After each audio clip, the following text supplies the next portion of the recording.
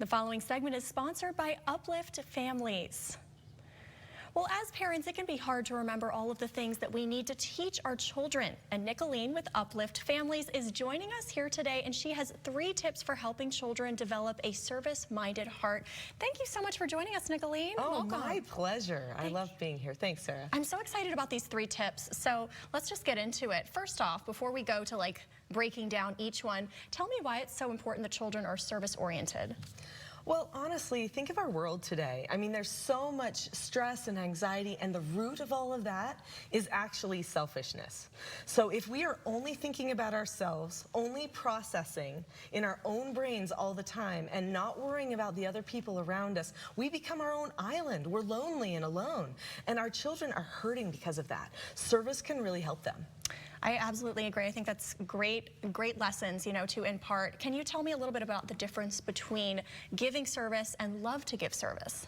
Oh yes, because anybody can say, okay, hey, you need to serve this other person. You need to give of something you have to somebody else. But that's totally different than when it comes from your own heart. When you think, I love doing something kind for somebody else. So real service actually involves a change of heart. A change of heart in the inside, and really, and then it will go outward and be actionable. So really quick, let's go ahead and start off with the 3 tips. What's the first one for raising service-minded children?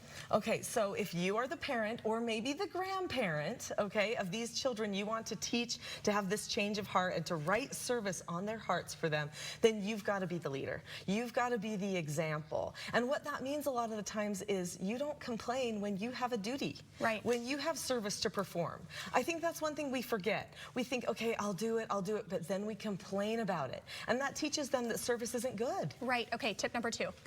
Okay, tip number 2, teach them to work. That's so important. So work with them, work as a family, give them chores to do. And then, of course, praise them. So if they learn cause and effects because you're praising good work, then they see, oh, this is a good thing. I can contribute to the world in this way. Absolutely. And then tip number 3. So tip number 3 is that you need to teach them to serve in the family before that they will serve outside of the family. So if you can create a culture of service to each other, those family members, those are the people you take advantage of most. If they can learn to serve them, then they can serve anybody. I love that tip because really, that's your nuclear unit, that it starts at the family. And then service can help families also, right? By helping others, it starts in the nuclear home and then you guys can go outward. Oh, absolutely. That family teaches all of those foundational characteristics that children need. This is amazing. Okay, so where can we go for more information? Because I feel like we could talk about this all day. We could talk about this all day. You could go to upliftfamilies.org. Okay. So they have tons of resources for families.